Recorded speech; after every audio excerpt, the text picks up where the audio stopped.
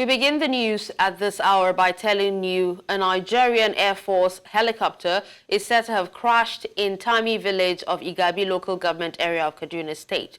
The crash occurred around 5 a.m., prompting first responders to rush to the site upon hearing loud sound. Residents who claim to have witnessed the pilot emerging from the wreckage said that a team of military officers from the Nigerian Air Force arrived promptly to secure the area and carry out an initial investigation. However, the Nigerian Air Force has yet to release an official statement regarding the incident. The State Specialist Hospital in Maiduguri has become a hub of activity following the arrival of more wounded individuals from Goza, where recent bomb explosion has rocked the community.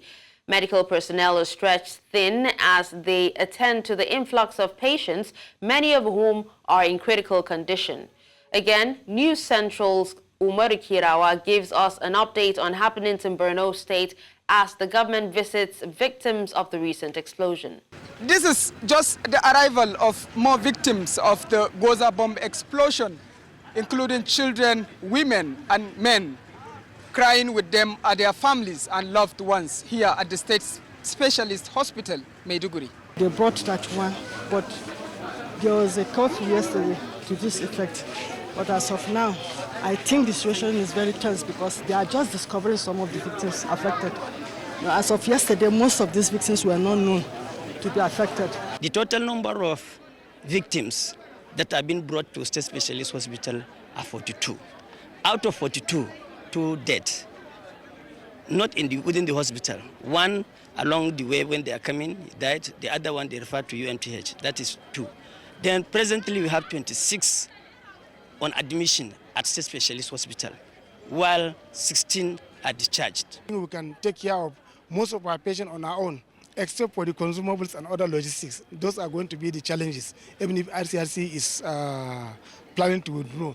That means we need more of consumables and other things. But manpower-wise, though we are short in supply, that's human resource-wise, but the capacity is there to deliver. The recent bomb explosion has left residents shaken and fearful, prompting renewed appeals to authorities for increased protection. So we are all here to see our people. We sympathize with them. We call on the general public to continue to be vigilant and be prayerful, especially crowded areas. You know, people have started having laxity on the issue of checking, but I believe we have to now go back to the same culture of checking. We are very appreciative and grateful to the acting governor for his prompt response. He's just coming back from Lagos, and when we went to him, he said he cannot say he will come here straightforward. And he hurriedly, organized us and also donated the cash made a cash donation of 5 million naira for the victims here. All we can say is thank you very much, and we thank the governor of Borno State. Even though he's outside, he has been calling from time to time, trying to find out how far. This is a wake-up call to all of us in Borno State. Tomorrow we are going to Goza, as he said, to see the victims and to sympathize with them. I still want to call on all our citizens. I use this medium to call on all of us to be vigilant so that we can avoid the reoccurrence of this thing that we have almost forgotten about it. Amidst the grief and uncertainty, residents express hope that measures will be taken swiftly to prevent such tragedies from happening in the future. Some families are still anxiously waiting for the news of their loved ones, praying for their recovery amidst the ongoing chaos. In Maiduguri for News Central, Umaru Kirawa. No fewer than 20 travelers along the Shagam-Ijebu-Ode expressway were reportedly abducted by some gunmen at about 8 p.m. on Sunday, while one of the victims was shot on the knee. Now, the gunmen were said to have ambushed the travelers between Shagam area command of the Nigerian police and Ilishan Township. The chairman of Ilishan Development Council, Wemi Oshude, confirmed this.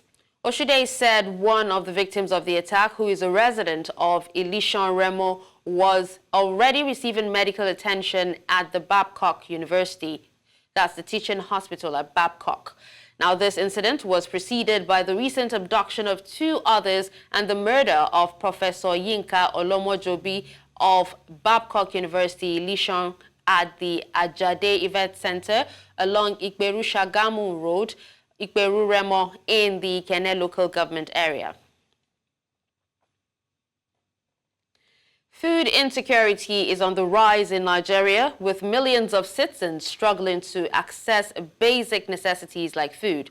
The country's food crisis is worsening, and experts warn of dire consequences for national security and economic stability.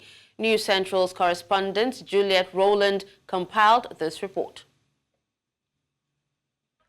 Nigeria is facing a severe food crisis with over 20 million people lacking access to sufficient food. The country's food insecurity rate has risen by 30% in the past year alone, with some states experiencing rates as high as 50%. I went to buy bread and the woman just came in. The woman requested for what? Gari and sugar. One, this woman is elderly. She's no longer a young lady. She must have children that are grown up. So she's buying gari, 1 cup of gari, 1 milk cup of gari, and sugar, 50 naira. What is that going to do for her for the night? What about the children? That is how sad the situation in this country is these days. So it's really sad. I don't know how best to advise the government to make the price stable. But as it is right now, they just need to make food available. The crisis is attributed to a combination of factors, including conflict, climate change, poverty, and poor agricultural practices. The consequences will be severe, with food insecurity fueling social unrest, crime and terrorism, while also exacerbating malnutrition, stunting, and mortality rates among children. There's climate change that the entire world is dealing with, and this is not peculiar to Nigeria. There's climate change in the world, there's flooding, there's, farmers are not able to produce at optimal levels anymore. At the same time, Nigeria is now being faced with the issue of conflict. Our farmers are being displaced from their farms. So what do you expect from that scenario? Low productivity in the country. Experts recommend a multifaceted approach to address the crisis, including increased investment in agriculture, conflict resolution, social protection programs, and climate resilience initiative. The government must also address corruption and inefficiencies in the agricultural sector to ensure food security for all Nigerians. Farmers need to be able to access quality inputs. Secondly, they need access to the right advice. The third cardinal point is access to markets. And then fourthly, the farmers need access to credit. The government needs to step in and provide all the support that the farmers need at this time. Nigeria's food insecurity crisis requires immediate attention and action. The government, private sector, and international community must work together to address the root causes of the crisis and ensure food security for all Nigerians. The Nigerian Army has pledged its readiness and commitment to transform the military into one that will be more effective, efficient, and envied by all globally. According to the Chief of Army Staff, Lieutenant General Tarid Lagbaja, this underscores the need for more efforts in the activities of the Nigerian Army to improve national unity, integration, and development. The Chief of Army Staff was speaking at the commencement of activities to mark the 2024 Nigerian Army Day celebration with the theme, Transforming the Nigerian Army, Imperative for Combating Contemporary Security Challenges Within a Joint Environment. News Central's Chizoba Nyongwe was there and now tells us more.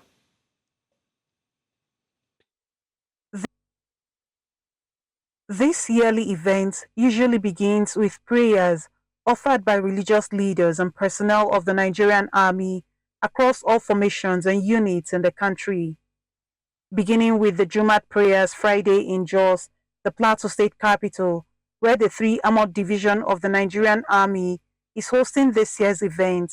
Religious leaders say this event is to thank God for the successes recorded in the past year while praying for more achievements in the years ahead. The Nigerian Army logo on top of our badge, you can see "In God We Trust." So, Army believes in God. So we keep our duty to God and pray to Him to grant us success in all our operations. When the children of Israel were going to war, God did instruct even the priests to come behind them so that as He uphold them in prayers, then the battle will be won. So prayer is so significant that we cannot do without prayer if we want to win war, particularly in the challenging times that we are passing through. Apart from these spiritual aspects of the NATSEL, it is also a time of stock-taking for the Nigerian Army to make amends where necessary for more successes. The Chief of Army Staff was represented at events which took place at the Central Mosque and the Sebastian Catholic Military Church, both in Maxwell Kobe Cantonment, Jos. The Nigerian Army's commitment to the whole of society, the whole of government, and the whole of nation's approach to strategic preparedness and readiness that strengthens our national resilience. My command philosophy seeks to transform the Nigerian Army into a well-trained, equipped, and highly motivated force towards achieving our constitutional responsibilities within a joint environment. Chairperson of the Nigerian Army Officers' Wives Association felicitated with the men and women of the Nigerian Army. I wish peace for the country so that our army can relax. I wish for a better nation, a better Nigeria, no more wars, where everybody will live happily. I wish the Nigerian Army another 161 years. There was praise and worship from different choirs with words of prayer for the fallen heroes at the events. In Jos for News Central, Chizoba Anyowi. In the same vein, about 100 widows and less privileged residents of the Apo-Dute community in the federal capital, Abuja, have received palliative interventions as part of efforts to reduce the hardship being experienced by citizens. This was by the Shola Mese Foundation during the opening of its Skill Acquisition Center in the community and commencement of its Widows Empowerment Initiative. Amadin Uyi reports. It was the empowerment of about 100 widows from the Apo-Dute community in Abuja as part of efforts to reduce the hardship being experienced by citizens. This initiative is aimed at empowering individuals who lack the financial means to learn valuable skills and providing a lifeline to the underprivileged widows who need economic support to rebuild their lives. The event also saw the unveiling of a skill acquisition center and the commencement of a widows outreach program by the Shola Mese Foundation. Many in attendance say it will help reach out to those in need and called on residents of the community to support the empowerment initiative. We appeal to the people of Apo-Dute community as their pilot community to fully support this initiative as we embark on the mutual beneficial journey together. The Skill Acquisition Center that we are going to unveil today would reach out to persons in need. We reach out to persons that really deserving of this training so they can have their financial stability and also they can also be resilient on their own. It's a plus to the government taking back the on the school out of school children, persons with special needs, widows, and so many. I think almajiris too. I think it's a plus to the government, and the government will always appreciate foundations like this. They expressed optimism that the initiative will transform the lives of beneficiaries. Through our partnership, a lot of lives will be impacted, and so we will collaborate well with this and see how far it will go. So this is a laudable activity. Like I said before, in terms of the Nigerian situation today, we want the government, we want private individuals to be able to partner and do greater things. Graduating from here, having the starter pack, they will be on their feet and they will open their own businesses. And from there, they will also employ. So they will now be empowered. So this is a great empowerment initiative. Gestures like this can go a long way to save Nigerians and then put our country in the right path. Like we always say nowadays, what God cannot do does not exist. So we actually believe that it's going to help the country, not just as per humanitarian service, but it's going to reduce crime rate in our society. The Shola Mercy Foundation says that it hopes to scale up its humanitarian intervention program to less privileged Nigerians across all states of the country. In Abuja for News Central, I am Amadine Uyi. We'll take a break now. The news returns after that. Stay with us. Come back. Lagos State government says it is receiving additional support from the World Health Organization as it now battles an outbreak of cholera at the Kirikiri prison.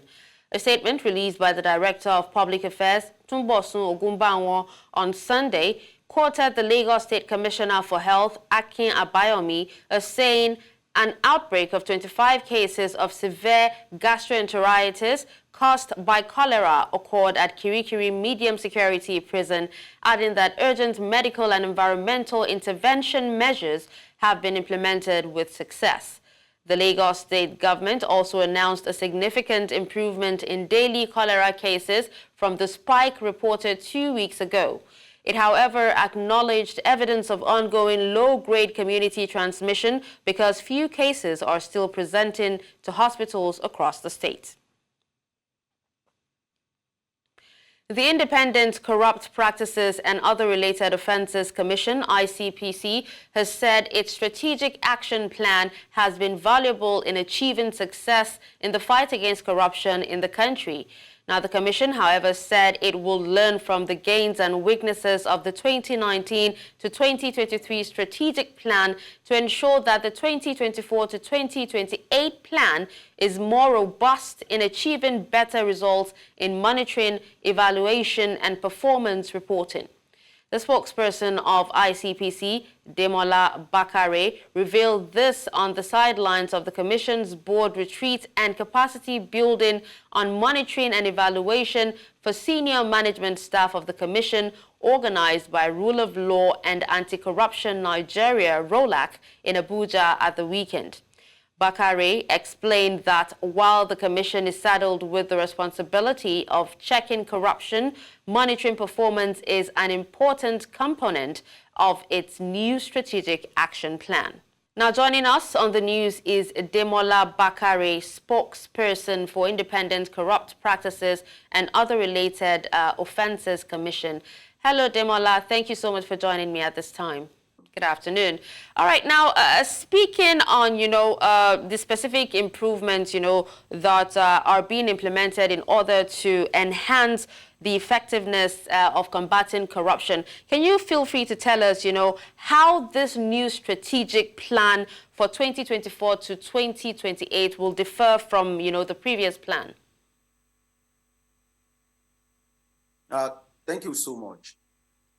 Strategic planning is so vital to performance, because how do you want to be measured is answered by your strategic action plan. What we have done from the previous strategic action plan, we have further broken down our strategic objective into more manageable components. We had just 3 strategic objectives in the last strategic action plan. But in the present one that is being finalized, we have further broken them down into 5. That is about living up to our institutional mandate. And we are setting standards and parameters for performance across the 5 strategic objectives. So that at the end of the day, we'll be able to say, okay, we promised to achieve so, and so. and we'll be able to know that, okay, we achieved so, and so. All right, Demola. About continuous, yes. All right. Now, talking about, breaking these plans down, can you elaborate on the key successes on one hand and, the challenges encountered on the other hand during the 2019 to 2023 strategic plan, and also how these experiences are shaping this new plan? Okay, for instance, and that is generally known, funding the strategic action plan in the last strategic action plan was a little bit problematic. But I mean, internally too, we had problem with data generation. It is a bit of challenge that we are trying to overcome. For instance, we have as one major strategic objective in the last strategic action plan, that effective reportage of corruption. So we have further broken it down now because it's so light. Is it effective reportage in terms of people reporting corruption, or effective reportage or about the media? So we have further broken it down. Effective reportage of corruption by members of the public, and effective reportage of corruption incident activities by the media. We have further broken it down so that it will be clear, which specific department is, responsible for a particular, activity. All right. Now speaking of, just to follow up on what you've actually just said about, breaking it down, media or, otherwise, let's talk about the cost of governance now, reducing the cost of governance. There were talks about, streamlining governance and also, a likely merger between the ICPC and the EFCC. That's as per the Orosanye report. Now, in your view, do you think it's actually a welcome development? Well, the government in its wisdom has decided not to merge because it wouldn't have been, it couldn't have been a very positive development if you merge, the same, the two anti-corruption agencies. If you merge them, it wouldn't have been, because what you want to revenue, you want to manage effective management of the revenue. The major objective of the merger. That would have meant that you are going to have two agencies in one. It will have created a bigger bureaucracy and bureaucratic bottlenecks. One element of corruption. Why anti-corruption agencies create fights economic crime, the other one fights bribery-related public sector corruption. Merging them together would have brought them under one management, and it would have created a bureaucratic bottleneck. But government saw beyond revenue, saving revenue. All right. To the more effective anti-corruption crusade. Let one agency continue to do what it's doing. Okay. Let the other agency continue to do what it's doing. So the merger is not affecting the two agencies as it were. All right. Well, thank you so much for that clarification, Demola, and thank you so much for your time and also enlightening us on this. Thank you. We appreciate you for your time. Coming up after the break, former opposition parties get 12 ministries in new South Africa government. We'll bring you details in a moment.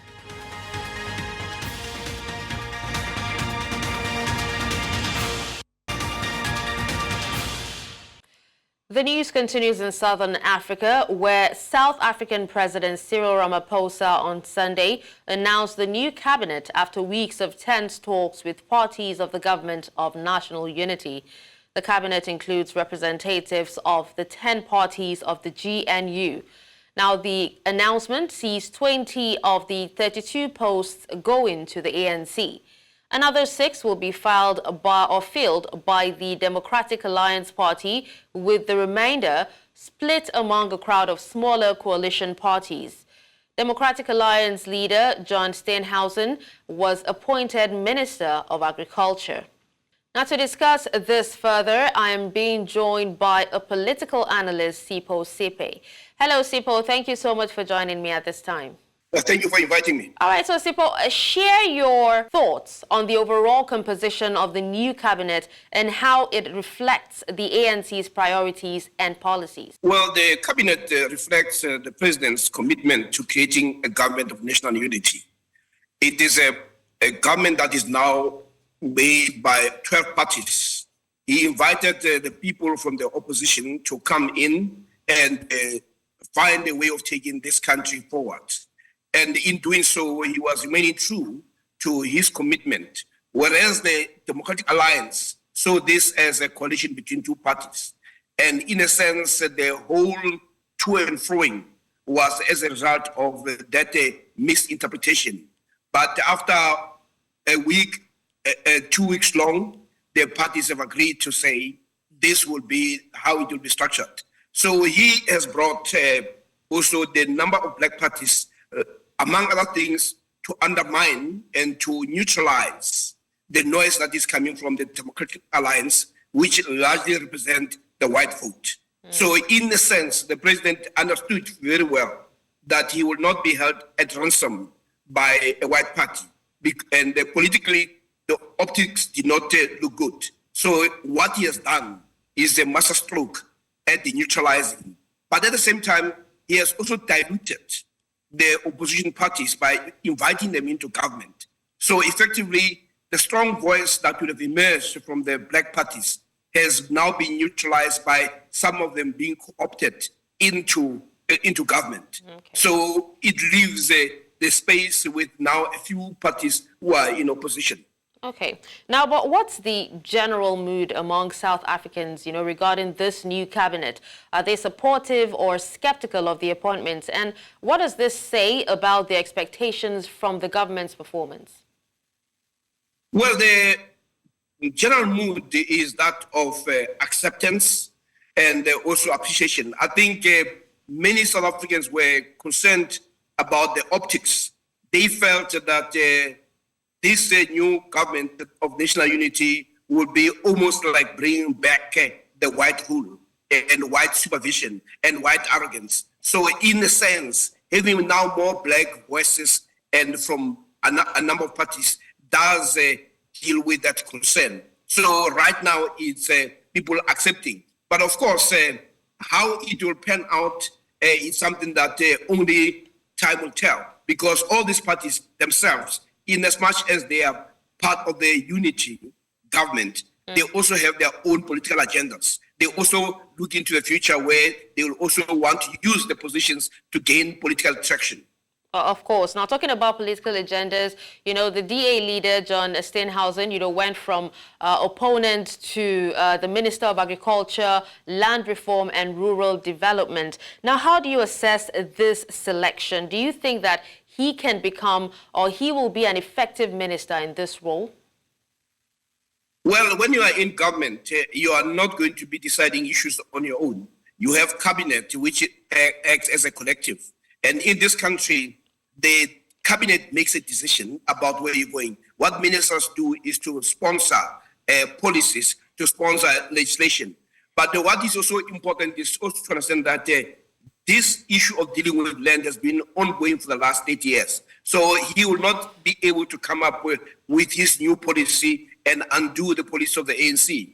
And as a matter of fact, most of the parties that have joined the government of national unity, they'll be guided by the policy of the ruling party. It is just a pity that when it had the majority, it failed to implement them to where the people would have been satisfied. And as a result, it was punished in the elections. So the question is whether now with these other strange bedfellows, the ANC will achieve what it failed to achieve in the last 8 years. Okay. Now, the appointment of, former Minister of Basic Education, that's Angie Moshega, as Minister of Defense and Military Veterans is actually quite surprising. It came as a surprise. How do you think her experience in education will translate to the defense portfolio? Well, like I said, the defense portfolio has been with us for some time, and policies are in place. All that is required is a implementation of those policies. But from somebody who has been in defense myself, what the defense that requires is they don't require a minister who's interventionist, because when that happens, then there is always a standoff between the minister and the chief of SNDF or the military. So the NG comes in knowing full well that this is not her forte. But what the president has also done is to bring somebody who used to be in the military, General Holomesa, who understands and has also worked within that space for a number of years. So he'll be somebody who will deputize and provide the support that NG will not have. What NG will have to do is to make sure that the resources of the military are used for what they are intended. Okay. Well, thank you so much, Sipo Sepe, for speaking to us on this. You're welcome. Mauritanian President Mohamed Ould Ghazouani has been re-elected as head of state following Saturday's national vote provisional results show.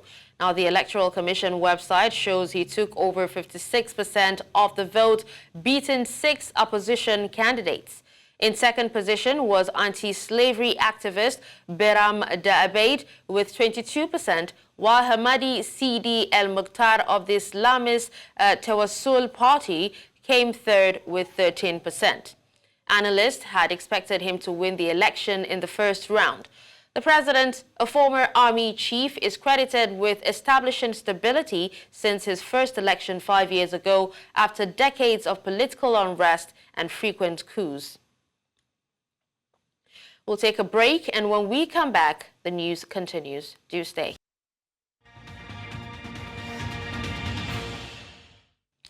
Now, on World Wrap, the UK election has been seen a significant number of candidates of British Nigerians running for office. These candidates bring a unique perspective to the table, bridging the gap between two cultures and communities. Their presence in politics not only represents the changing demographics of the UK, but also provides an opportunity for Nigerian voices to be heard and represented. For News Central, Afia Hagen has been taking a look. At least 30 British Nigerian candidates will contest for seats in the UK's July 4th elections. Rishi Sunak's Conservative government is widely expected to be replaced by Keir Starmer's Labour Party.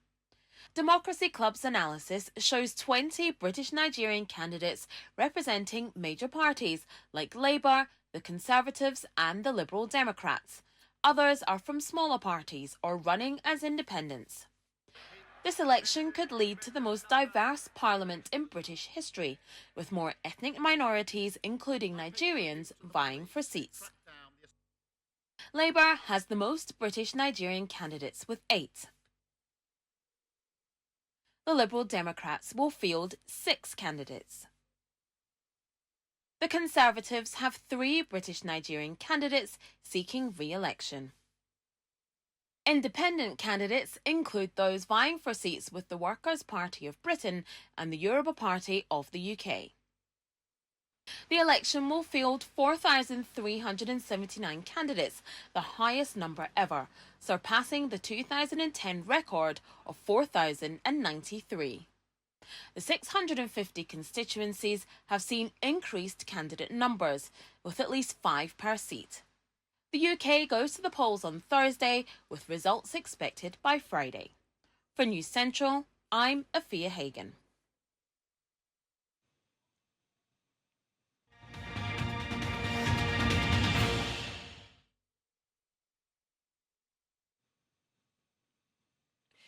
In business, with the rise in climate change impact across the globe, particularly in Africa, increasing awareness of the various happenings in this sphere has become more essential.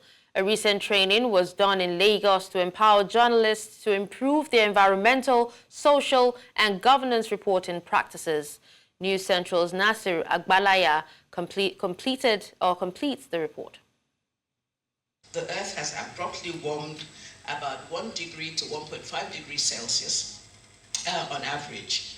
This may not seem like much of a temperature increase, but like a fever, it is enough to destabilize the Earth and cause extreme weather, including severe heat waves, downpour, droughts, flooding, etc. As keynote speaker of the first edition of Asharami Square, Chichi Anyagolu Okoye, Regional Director, West Africa, Ford Foundation, set the stage for this learning session. The speakers revised, enhanced, and demystified a number of things. For example, while renewable energy technology is advancing and is growing, it's important that we're still able to drive our development using our own resources. And so, like I like to say, the energy sector is not the enemy. The emissions are the enemy. a possible solution that could critically improve revenue inflow and even end electricity outage in Nigeria was mentioned by panelists in one of the sessions. The solution to gas flaring and further monetization of gas is possible in Nigeria and is available in Nigeria. When the oil comes out of the ground, it comes with gas and water. So you separate the gas from the oil. You put the gas, compress it, put it in a pipeline, and you send it to a gas processing plant, right? You can either build one on your own facility, or if there's one close by, you send it there, where they can extract some for the constituent of the gas, you know, LPG, natural gas, liquids, condensate, and then you have the primary lean gas itself, which is what you now put in a pipeline and send to industries. It's not proprietary technology of any sort at all.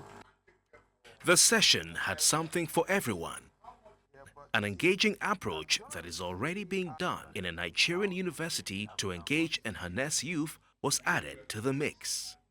There are great opportunities for you to become carbon entrepreneur. Can we deploy hackathon to this youth? I do it daily. I'm so shocked with the kind of the things my students are carrying since we have the Entrepreneurship Center. So on a daily basis, I'm bogged down with, sir, I have this innovation, carbon can be turned to this can be this, even whether it is real or not, I sit down with them. Corporate organizations are becoming more and more transparent about their goals and practices for reducing emissions, conserving resources, protecting biodiversity, and other challenges.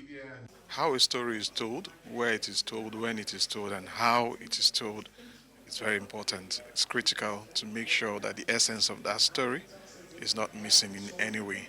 And for us, the people who will take this story, that's the sustainability story far and wide, especially from the African angle, are journalists. This is why we're doing this. Globally, the media's coverage of sustainability has grown and developed significantly, mirroring a larger trend in corporate environmental, social, and governance (ESG) practices toward accountability and transparency. More sessions like this will truly lead to more discoveries that will improve the energy mix in Nigeria and in Africa while improving sustainable revenue generation.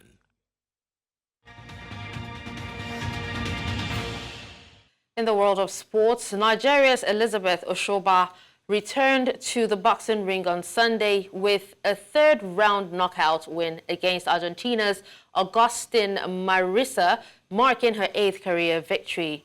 The grudge match, held at the Brentwood Centre in Essex, United Kingdom, saw Osogbo dominate her opponent over 3 rounds. The knockout could have come early in the 4th round as Marisa was unable to recover. Osogbo celebrated her victory on social media, sharing the triumph with her followers. In her post-fight interview, she called out Sky Nicholson, expressing her desire for that to be her next fight despite her undefeated 8-fight start to a professional career. A victory against Nicholson could set Osogbo up for a world title shot later in the year.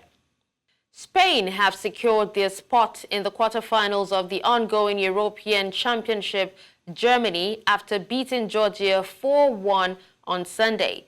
Now, Spain came from behind to seal the victory, having trailed 1-0 from the 18th minute through an own goal by Robin Lee Normand.